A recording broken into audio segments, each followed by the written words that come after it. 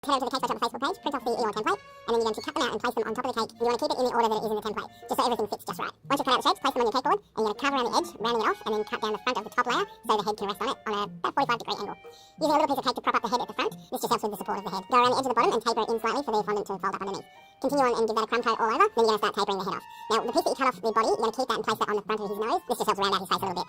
Give the head a crumb coat and then place it in the fridge and let it set a little bit. This will help the head stay sturdy, and then you can get it out and give it another crumb coat. The second layer of buttercream will give you a nice smooth finish. Just be sure you don't have any pieces that are spiking up. You want to get it as smooth as you can. Roll out your fondant. To get this colour, I used 2 parts blue, 1 part purple. Place it over the entire cake, and be sure to go around and tuck it in under his chin really quickly so it doesn't tear the head. And then you can use your finger to just push it in all around the edges. And you can see there, I just tucked it up under his chin, and that'll help support his head as well.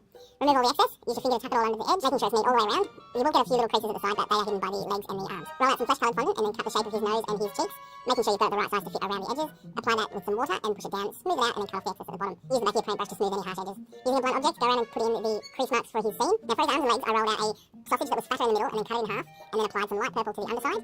Just make sure you're putting the smoother side on the out, and you can cover any imperfections with the purple on the inside. It's a little trick to make it look a little bit more cleaner.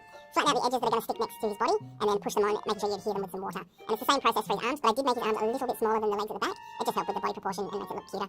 I used the paintbrush to go around and smooth and blend them in. This helped it look like it was one piece with a nice seam running down the centre. Feel free to change up the position of his legs. I did like them forward because it kind of looks like he's exhausted and he's just laying around and he can't be bothered moving. For the tail, I rolled out some fondant and cut it into a long rectangle, and then gave it a twist and applied that with some water. Put on a little grey piece for a pin, and then I grabbed my impression tool and put in the smile and his nostrils, as well as the little stitching marks across.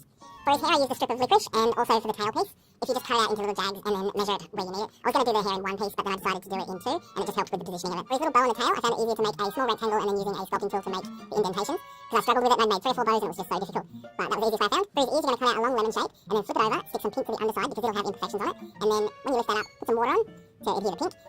Trim it off, make it nice and smooth around the edges, and then apply it to the side of his head, just like that. It's quite simple. For his eyes, I used 2 little round balls of fondant and then manipulated them into a half pear shape upon 2 crescent moon eyelids and smooth them out with the end of the brush. Once you're happy with those, grab your fine paintbrush and your gel food dye. You can use 1 part gel, 2 parts liquid food dye, or just dilute the gel down with some vodka or water. Paint in his droopy eyes and trace around, making sure you do in those little creases at the top to make him look sad and gloomy. To finish him off, pop in 2 little light reflections in his eyes, and there you go, you have your Eeyore cake. Very cute, quite simple to make, just time consuming. Let me know what you think of him in the comments below, and if you really like him, share him on Facebook or Twitter, or give him a thumbs up. Or you might even want to check out the Winnie the Pooh, the Tigger, or the Piglet cake that I've done previously. Just click on their face and it'll take you straight to the video. Thanks for watching, guys, and I'll see you next time.